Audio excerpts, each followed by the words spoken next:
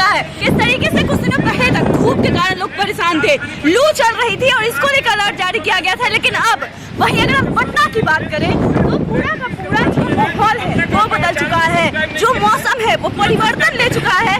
किस तरीके से बारिश हो रही है लगातार, और खास करके अगर बात करें पटना के मौसम का तो बहुत तेज बारिश के साथ आंधी तूफान भी है। और अगर तस्वीरें देखेंगे आप आसमान की तो चीजें उड़ रही है। जी हाँ, हालांकि अगर आप बात करें कि मौसम किस तरीके से हो रहा है, आप कोशिश करें कि घर से बाहर ना निकले, घर में रहने की कोशिश करें, क्योंकि मौसम विभाग लगातार अलर्ट भी जारी कर रहा है। और पटना के बदलते मौसम की बात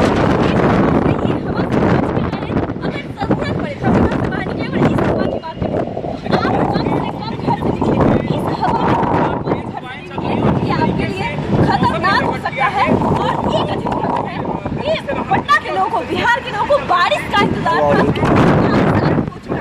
अब राहत मिलने वाली है। जो लोग परेशान कर रही थी, जो 42 डिग्री के ऊपर तापमान